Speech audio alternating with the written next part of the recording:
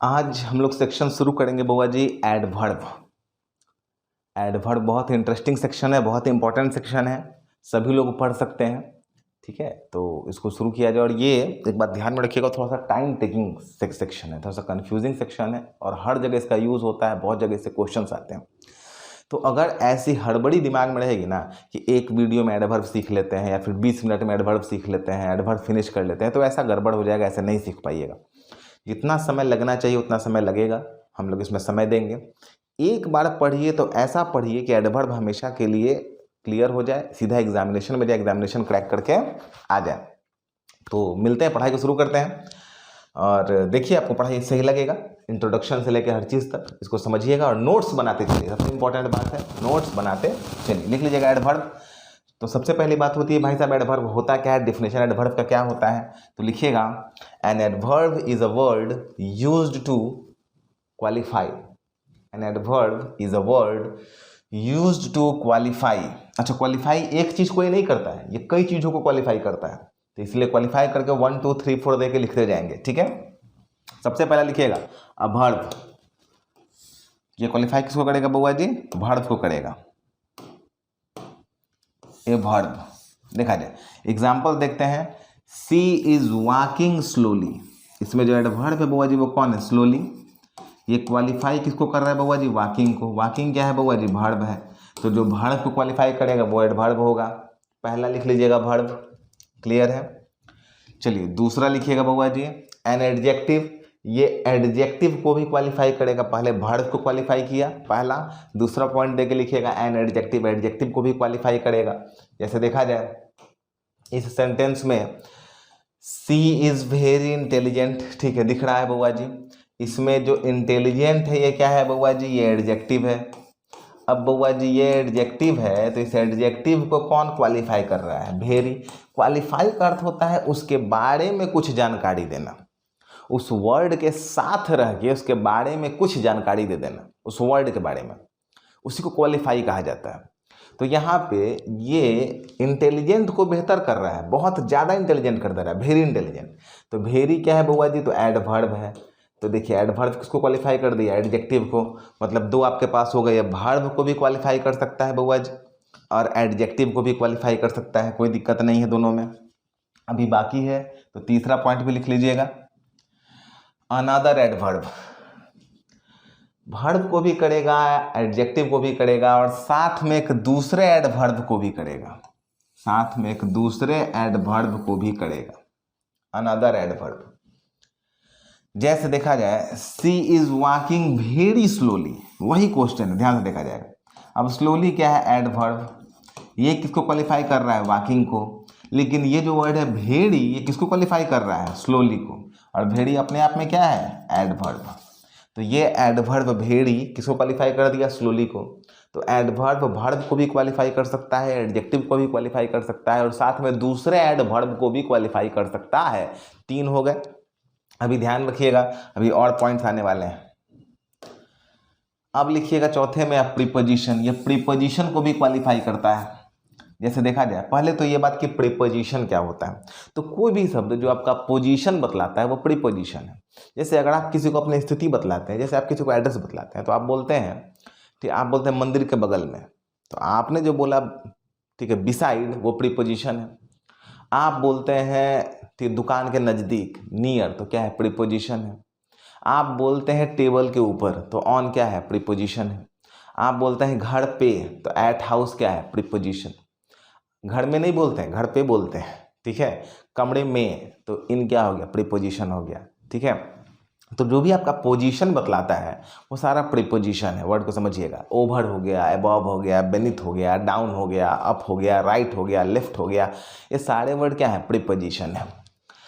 तब ध्यान से देखा जाएगा, the bird flu just over my head, तो इसमें पोजीशन कौन बतला रहा है, ओवर। और इस ओवर को बुआ जी कौन क्वालिफाई कर रहा है, जस्ट। तो जस्ट बुआ जी क्या है, एडवर्ब है। ध्यान से देखा जाएगा, तो ये प्रीपोजिशन को भी क्वालिफाई कर सकता है। ध्यान से देखा जाएगा तो आपकी पढ़ाई कहाँ तक पहुँची, ये वर्ब को क्वालिफाई करेगा, एडजेक्टिव को क्वालिफाई करेगा, एडवर्ब को क्वालिफाई करेगा, प्रीपोजिशन को भी क्वालिफाई करेगा। 4 हो गए। लिखते चलिएगा पॉइंट देके। अगला लिखिएगा कंजंक्शन। बउआ जी ये कंजंक्शन को भी क्वालिफाई करता है। कंजंक्शन क्या करता है? जो दो वाक्यों को जोड़ता है या दो शब्दों को जोड़ता है उसको हम लोग कंजंक्शन कहते हैं। अब देखा जाए इस वाक्य में कोई कंजंक्शन दिख रहा है, ध्यान से देखिए तो दिख रहा होगा। कंजंक्शन है बउआ जी कौन? बिकॉज। अब ध्यान से देखा जाए, अगर लिखा हुआ है we study because we need a job, हम लोग पढ़ते हैं क्योंकि हमें एक नौकरी की आवश्यकता है। अब इस बिकॉज को बेहतर कौन कर रहा है? सिंपली, सिर्फ इसलिए हम लोग पढ़ते हैं सिर्फ इसलिए क्योंकि हमें जॉब चाहिए। ये बिकॉज के आगे क्या लगा दिया गया? सिंपली, एक वर्ड लगा दिया गया सिंपली, सिंपली बिकॉज। बिकॉज से बेहतर हो गया सिंपली बिकॉज, सिर्फ इसलिए, कोई ज़्यादा टेंशन इसमें है नहीं। तो ये सिंपली क्या हो गया बउआ जी? एडवर्ब। अब ये बिकॉज के बारे में कुछ जानकारी दे रहा है, बिकॉज को थोड़ा बेहतर कर रहा है, ये भी क्या है? एडवर्ब है। तो देखिए कंजंक्शन को भी हो गया, तो ये वर्ब को क्वालिफाई कर दिया, एडजेक्टिव को क्वालिफाई कर दिया, प्रीपोजिशन दूसरे एडवर्ब को क्वालिफाई कर दिया, एडजेक्टिव प्रीपोजिशन को कर दिया, कंजंक्शन को कर दिया। पांच पार्ट ऑफ स्पीच को क्वालिफाई करता है। जरूरत पड़ने पे नाउन और प्रोनाउन को भी करता है, लेकिन ये पॉइंट लिखिएगा मत, इस पे हम लोग आगे अलग से पढ़ेंगे, अलग से पॉइंट पढ़ाऊंगा, वहाँ पे बहुत इंपॉर्टेंट क्वेश्चन होता है, क्योंकि नाउन प्रोनाउन को तो एडजेक्टिव क्वालिफाई करता है ना जी। तो वहाँ पे एक बहुत इंपॉर्टेंट पॉइंट है, आगे देखा जाएगा। आप बस इतना ही जान लीजिए कि 5 पार्ट्स ऑफ स्पीच को ये क्वालिफाई करता है। ये वर्ब को करेगा, एडजेक्टिव को करेगा, एडवर्ब को करेगा, प्रीपोजिशन को करेगा और कंजंक्शन को ये क्वालिफाई करेगा। इसके अलावा इन सब के अलावा ये पूरे वाक्य को भी क्वालिफाई करता है, ये पूरे वाक्य के बारे में भी जानकारी देता है। अब देखा जाए कैसे, ध्यान से देखा जाए,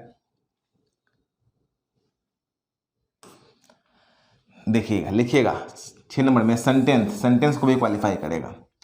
unfortunately you are going from here, दुख की बात है या फिर दुर्भाग्य से आप यहां से जा रहे हैं, you are going from here. अब आप बताइए कि अनफॉर्चुनेटली जो एडवर्ब है यू के लिए आया है? नहीं। आर के लिए आया है? नहीं। गोइंग के लिए आया है? नहीं। फ्रॉम के लिए आया है? नहीं। हेयर के लिए आया है? नहीं। ये पूरे वाक्य के आगे आया है, तो पूरे वाक्य को क्वालिफाई कर रहा है। तो एडवर्ब की एक क्वालिटी होती है कि वाक्य के शुरू में या अंत में आके पूरे वाक्य को भी क्वालिफाई कर सकता है। ये भी नोट कर लीजिएगा, इस पर भी हम लोग क्वेश्चन आगे देखेंगे। अभी तो सिर्फ मैं आपको इंट्रोडक्शन दे रहा हूँ ना। अब इस इंट्रोडक्शन में आपने एक बात गौर नहीं किया होगा या आपने किया होगा, सभी वाक्यों में अगर एडवर्ब को हटा भी दिया जाए, तो भी कोई प्रॉब्लम होने वाला नहीं है। आपका जो है ज्यों का त्यों वो सेंटेंस आपका सामने आएगा, आपका वो सेंटेंस आराम से बनेगा। जैसे सेंटेंस अगर देखा जाएगा, ठीक है, ये ले लिया जाए, ये जो आपको वाक्य दिख रहा है, इसमें से मैं अगर सिंपली को हटा देता हूं, ध्यान से देखा जाएगा, मैं अगर सिर्फ सिंपली को हटा देता हूं, मैं अगर सिंपली को हटा देता हूं, तो भी ये वाक्य तो बन ही रहा है बउआ जी, तो भी ये वाक्य तो बन ही रहा है। ध्यान से देखा जाएगा, सिंपली जो है सिर्फ वाक्य की क्षमता को बढ़ा या घटा रहा है। ध्यान से देखा जाएगा, अब यहाँ पे we study because we need a job, simply के नहीं रहने से वाक्य की सेहत पे कोई असर नहीं पड़ेगा। अच्छा, एक और एग्जांपल हम लोग लिखते हैं, ठीक है, ध्यान से एक और एग्जांपल देखा जाए। चलिए इस एग्जांपल को देखा जाए, ध्यान से देखिए बाबा। द बर्ड फ्लू, मैं जस्ट को हटा देता हूँ, मैं यहाँ पे जस्ट को हटा देता हूँ। The bird flu over my head, ये भी तो पूरा वाक्य बन रहा है, इसमें कोई दिक्कत नहीं है, 100% सही है। चलिए एक और जो एग्जाम्पल थे उसको हम लोग फिर से लेते हैं, एडवर्ब वाले एग्जाम्पल को लेते हैं। चलिए इस एग्जाम्पल में भी आप ध्यान से देखिए, अगर मैं इस भेड़ी को हटा दूं तो भी वाक्य बनेगा, सी इज वॉकिंग। अच्छा, स्लोली को हटा दो तो भी वाक्य बनेगा, सी इज वॉकिंग। सभी एग्जाम्पल्स में आप ये पॉइंट देखेंगे। इसके कहने का सीधा सा मेरा अर्थ ये है कि एडवर्ब जो होता है वो वाक्य का बेसिक एलिमेंट नहीं होता है।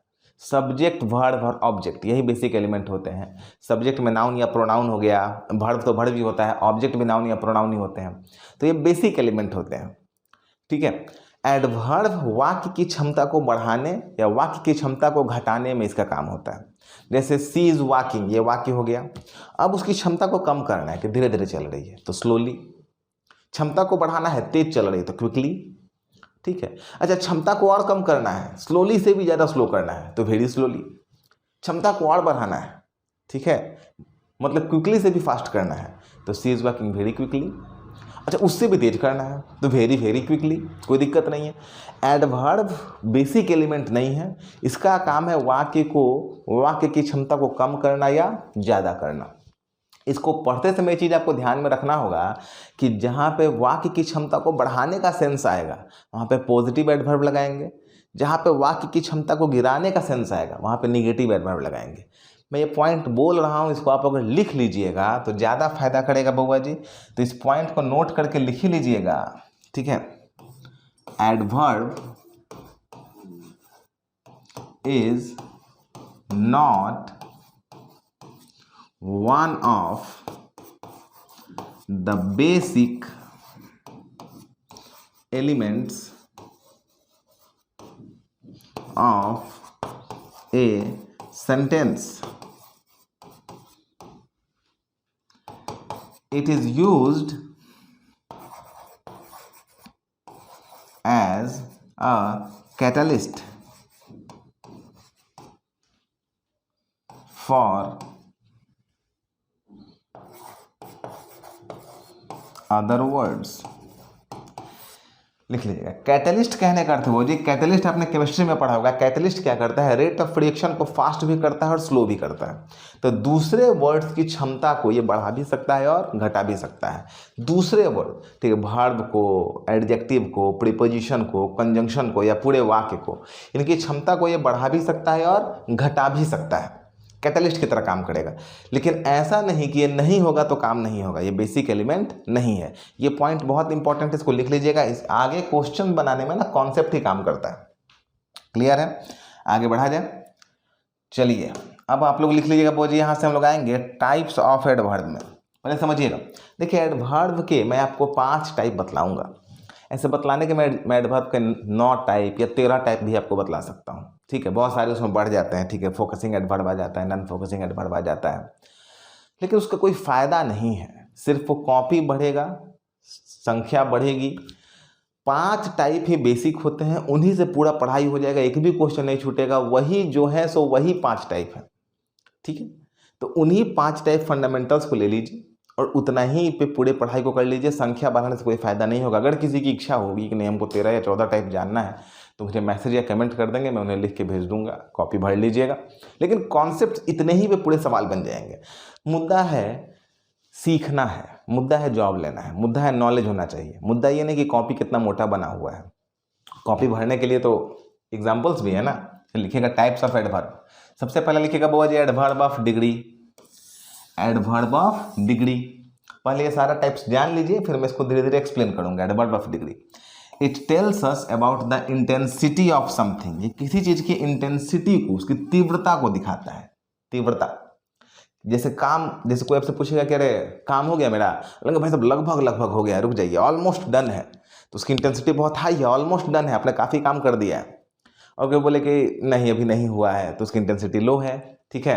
अगर कोई बोले पार्टली हुआ है, ठीक है, पार्शियल, ठीक है।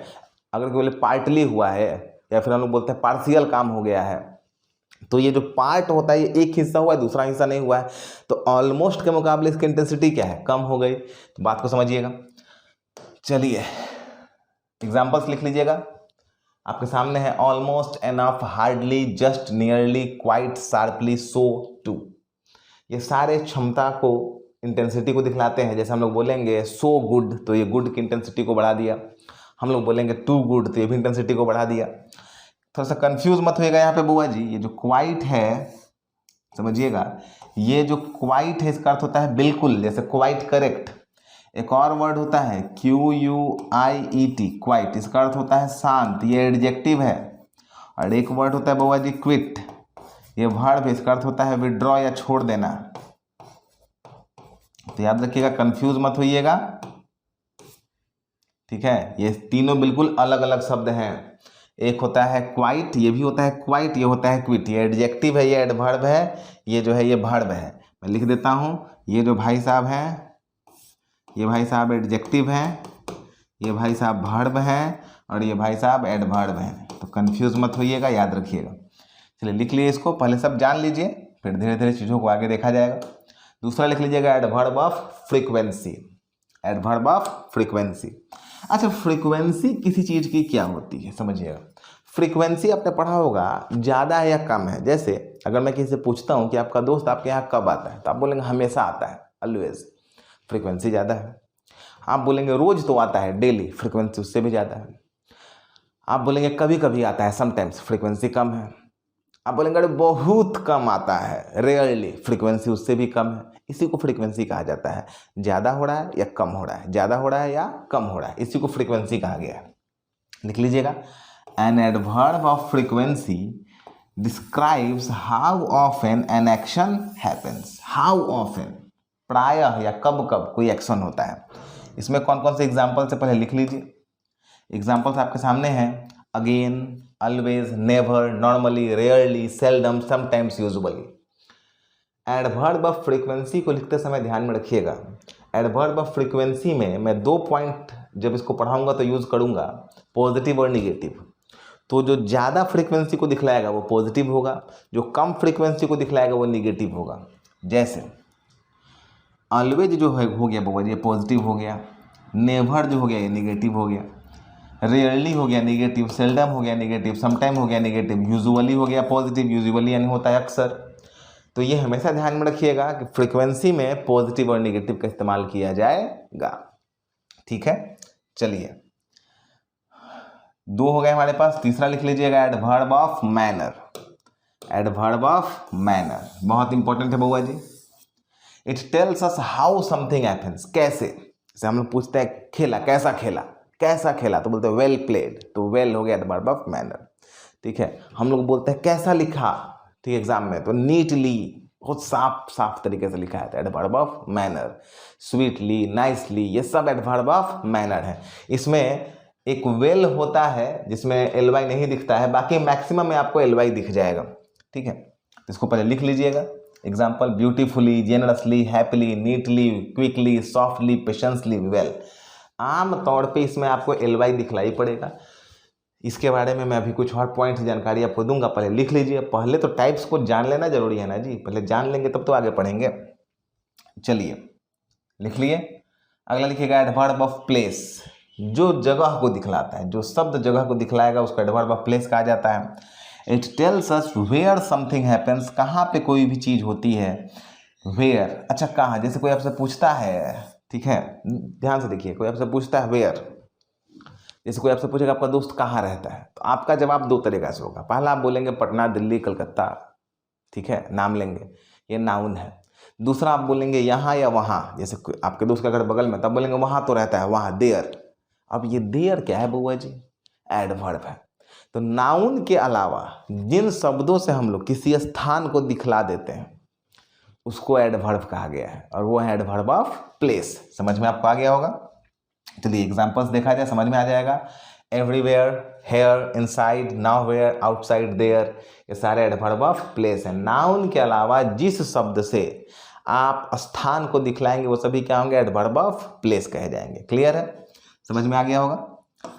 अब चलिए एडवर्ब ऑफ टाइम, समय दिखलाने वाले सभी शब्द एडवर्ब ऑफ टाइम होंगे। जैसे एनुअली, रिसेंटली, टुमारो, यस्टरडे, ये सभी क्या है, एडवर्ब ऑफ टाइम। यस्टरडे हो गया, टुमारो हो गया, सभी समय हैं। एनुअली, रिसेंटली, जैसे मैंने हाल ही में अभी एक टीवी खरीदा है, तो I have recently bought a TV, तो यहाँ पर रिसेंटली क्या है, एडवर्ब ऑफ टाइम।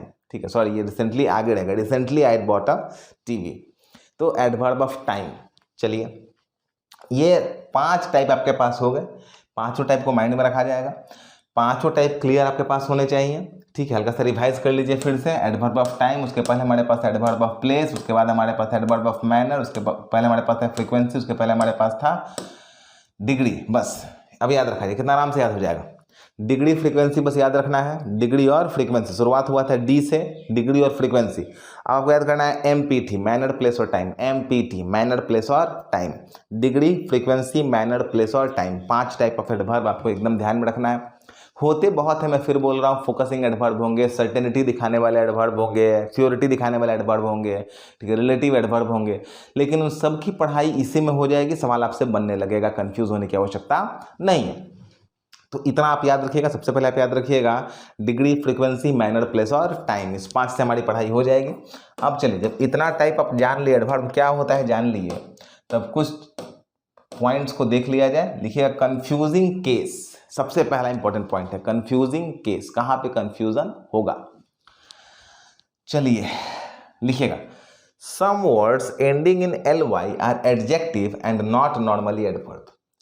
देखिए, एक मिसकंसेप्शन होता है, मिसकंसेप्शन बहुत बड़ा सा होता है कि बहुत लोग को लगता है कि जो वर्ड ly से अंत कर गया वो एडवर्ब है। ऐसा नहीं है। ly से अंत होने वाले बहुत सारे वर्ड एडजेक्टिव भी होते हैं। इसको आपको समझना होगा। यही पॉइंट यहाँ पे लिखा हुआ है। मैं इसको पहले थोड़ा सा समझा देता हूँ, आपको ध्यान में रहेगा आप लोग को। ठीक है, समझिएगा ध्यान से। यहाँ पे देखिएगा, अगर एडजेक्टिव में ly लगा दीजिएगा तो बराबर जो शब्द बनेगा वो बनेगा एडवर्ब। लेकिन बउआ जी, अगर नाउन में या वर्ब में या रेस्ट किसी भी वर्ड में, जो भी दूसरे वर्ड है, इसमें अगर आप ly लगा लीजिएगा तो जो बनेगा वो बनेगा एडजेक्टिव। आपको एग्जांपल देता हूँ। जैसे एडजेक्टिव है बउआ जी नाइस, उसमें हमने ly लगा दिया, हमारे पास वर्ड हो गया नाइसली। ठीक है, एडजेक्टिव हमारे पास है। ठीक है, हमारे पास एडजेक्टिव हो गया एग्जैक्ट, इसमें हमने ly लगा दिया, हमारे पास बन गया एग्जैक्टली। लेकिन अब अगर मैं आपको एक वर्ड देता हूं कॉस्टली, आप देखिए कॉस्टली में ये जो वर्ड है कॉस्ट, ठीक है, ध्यान से देखा जाएगा, कॉस्टली में ये जो वर्ड हमारे पास है कॉस्ट, ये वर्ड एडजेक्टिव है या नहीं है? हाँ या ना में जवाब दिया जाए। कॉस्ट ये जो वर्ड है ये एडजेक्टिव है या नहीं है? कॉस्ट वर्ड एडजेक्टिव नहीं है, कॉस्ट वर्ड नाउन है। क्योंकि हम लोग कभी किसी से पूछते हैं what is the cost, what is the cost, the किसके आगे लगता है, नाउन के आगे लगता है। आर्टिकल किसके आगे लगता है, नाउन के आगे लगता है। एडजेक्टिव की क्षमता है कि वो किसी भी नाउन के आगे लग सकता है। जैसे गुड बॉय बोल सकते हैं, ठीक है, एग्जैक्ट आंसर बोल सकते हैं, ठीक है, नाइस कंडीशन बोल सकते हैं, नाइस कार बोल सकते हैं। क्या कभी कॉस्ट कार बोल सकते हैं? नहीं बोल सकते हैं। कॉस्ट क्या है, नाउन है, एडजेक्टिव नहीं है। तो जब बउआ जी ये कॉस्ट नाउन है और इसमें आपने ly लगा दिया, तो इस ly को अगर आप इसमें ले जाकर लगा रहे हैं तो जो वर्ड बन रहा है कॉस्टली, ये कौन सा वर्ड बन रहा है बउआ जी? ये पूरा वर्ड क्या बन रहा है? ये पूरा वर्ड बन गया बउआ जी आपका एडजेक्टिव। ध्यान से देखा जाएगा तो ये वर्ड आपका कुल मिला के कॉस्टली बन गया एक एडजेक्टिव, ये एडवर्ब नहीं है, समझ लीजिएगा। कॉस्टली क्या हो गया, एडजेक्टिव हो गया, एडवर्ब नहीं है। क्लियर है, समझ में आ गया? उसी तरह अगर मैं वर्ड आपको बोल देता हूँ, ठीक है, वर्ड आपके पास लाइकली, ध्यान से देखा जाएगा, वर्ड में आपके सामने अगर लिख देता हूँ लाइकली,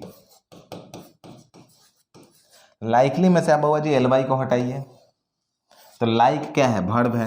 अब वर्ब में ly जोड़ेंगे तो लाइकली क्या बनेगा, एडजेक्टिव बनेगा। तो याद रखा जाएगा सिर्फ एडजेक्टिव में ly जोड़ के आप एडवर्ब बना सकते हैं, रेस्ट सभी में अगर आप ly जोड़ेंगे तो क्या बनेगा, एडजेक्टिव बनेगा। इसको नोट कर लीजिएगा, फायदा होगा। अब चलिए आते हैं, वही पॉइंट यहाँ पे आपको लिखा गया है, अब यहाँ पे देखा जाएगा ध्यान से, ठीक है, इस पॉइंट को समझिएगा बउआ जी। कॉस्टली, कवार्डली, कवार्ड जो वर्ड है, कवार्ड COWARD, ठीक है, कवार्ड ये एडजेक्टिव नहीं है, नाउन है, ठीक है, he is a coward, coward noun है, कवार्डली एडजेक्टिव होता है। फ्रेंड नाउन है तो फ्रेंडली एडजेक्टिव होगा, लाइक वर्ब है तो लाइकली एडजेक्टिव होगा, लिव वर्ब है तो लाइवली एडजेक्टिव होगा, लव नाउन है, लवली एडजेक्टिव हो गया। इसमें ly हटे तो SIL कोई वर्ड ही नहीं बनता है तो रेस्ट में चला जाएगा, एडजेक्टिव होगा। ly हटाइएगा तो UG कोई वर्ड ही नहीं बनता है तो रेस्ट में हो जाएगा। तो सभी वर्ड क्या होंगे, एडजेक्टिव होंगे, सभी वर्ड क्या होंगे, एडजेक्टिव। अगर आप नाउन में, वर्ब में या किसी और वर्ड में ly लगाएंगे तो क्या बनेगा, एडजेक्टिव बनेगा। एडजेक्टिव में ly लगाएंगे तो क्या बनेगा, एडवर्ब बनेगा। तो ऐसा नहीं कि दुनिया का जो ly देखिएगा उसको एडवर्ब मान लीजिएगा, वहां पे नंबर कटने लगेगा। ये बहुत कॉन्सेप्चुअल चीज है। अब ध्यान से देखा जाएगा, आपके सामने है सी gave me a friendly smile. अब देखिए स्माइल क्या है, नाउन है, नाउन के पहले फ्रेंडली लगा है, फ्रेंडली क्या है, एडजेक्टिव है। जिसको ये एडवर्ब समझेंगे वो तो बर्बाद हो जाएंगे ना यहाँ पे बउआ जी। चलिए, her singing was lovely, subject, helping verb, adjective आ सकता है, बिल्कुल सेंटेंस स्ट्रक्चर में आपने पढ़ा होगा। लवली क्या है, एडजेक्टिव है, बिल्कुल कोई एडवर्ब इसमें नहीं है। ध्यान से देखा जाएगा। अब यहाँ पे ध्यान से देखा जाए, बहुत इंपॉर्टेंट पॉइंट, इसको नोट करके लिखिएगा, नोट करके लिखिएगा वो जी, बहुत इंपॉर्टेंट पॉइंट है। सबसे पहले आपने क्या समझा, आपने समझा कि सभी एलवाई लगे हुए शब्द एडवर्ब नहीं होते हैं। एलवाई अगर नाउन में, वर्ब में या किसी और वर्ड में लगाएंगे तो एडजेक्टिव बनेगा, एडजेक्टिव में एलवाई लगाएंगे तो क्या बनेगा, एडवर्ब बनेगा। अब देखा जाए यहाँ पे, नोट करके लिखिएगा बउआ जी, बहुत इंपॉर्टेंट पॉइंट है। Daily, weekly, monthly, yearly, early, सारे टाइम दिखाने वाले वर्ड देख रहे हैं आप, मतलब आप याद कर सकते हैं time showing words, time showing words, ये सभी समय दिखाने वाले शब्द हैं। Daily, weekly, monthly, yearly, early, ये एडजेक्टिव भी है बउआ जी और एडवर्ब भी है। ये वर्ड जो है ये एडजेक्टिव भी है और एडवर्ब भी है एक साथ में। जैसे it is a daily paper, तो पेपर यहाँ नाउन है, नाउन के आगे डेली आ गया तो डेली क्या हो गया, एडजेक्टिव। लेकिन इट कम्स आउट डेली, तो कम्स आउट ये क्या हो गया, वर्ब हो गया। वर्ब को क्वालिफाई कौन करेगा, एडवर्ब, तो एडवर्ब हो गया ना। An early train, train noun है, नाउन के पहले अर्ली है तो अर्ली क्या हो गया, adjective. I got up early, verb को कौन क्वालिफाई कर रहा है, एडवर्ब। समझ में आ गया। तो टाइम दिखाने वाले वर्ड जिनमें एलवाई लगा होता है, जैसे डेली हो गया, वीकली हो गया, मंथली हो गया, ईयरली हो गया, ठीक है, अर्ली हो गया, ये सारे वर्ड एडजेक्टिव भी हैं एज वेल एज एडवर्ब भी हैं। नाउन के पहले आएंगे तो एडजेक्टिव हो जाएंगे, वर्ब के बाद आएंगे तो एडवर्ब हो जाएंगे। ध्यान में आ गया। तो सबसे पहले तो इम्पोर्टेंट है एडवर्ब को पहचानना। अब आपको याद है कि एडवर्ब 5 शब्द को क्वालिफाई कर सकता है। एडवर्ब सबसे पहले वर्ब को, उसके बाद एडजेक्टिव को, उसके बाद दूसरा एडवर्ब को, प्रीपोजिशन को और कंजंक्शन को क्वालिफाई करेगा। पूरे वाक्य को भी क्वालिफाई कर सकता है। 5 टाइप का होता है। सबसे पहले आपको याद आ गया, सबसे पहले डिग्री था, दूसरा आपके पास था फ्रीक्वेंसी, तीसरा था मैनर, प्लेस और टाइम। 5 आपको याद होगा। इसके अलावा सभी एलवाई लगे हुए वर्ड एडवर्ब नहीं होते हैं। एलवाई लगा, अगर एडजेक्टिव में एलवाई लगाएंगे तो एडवर्ब बनेगा। नाउन, वर्ब या किसी और वर्ड में लगाएंगे तो क्या बन जाएगा, एडजेक्टिव बन जाएगा। टाइम दिखाने वाले वर्ड जिनका अंत एलवाई से होता है, जैसे डेली हो गया, वीकली हो गया, मंथली हो गया, अर्ली हो गया, ये सारे वर्ड एडजेक्टिव भी हैं और एडवर्ब भी हैं। निर्भर होता है इनके पोजीशन पे, ये नाउन के पहले हैं या वर्ब के बाद है।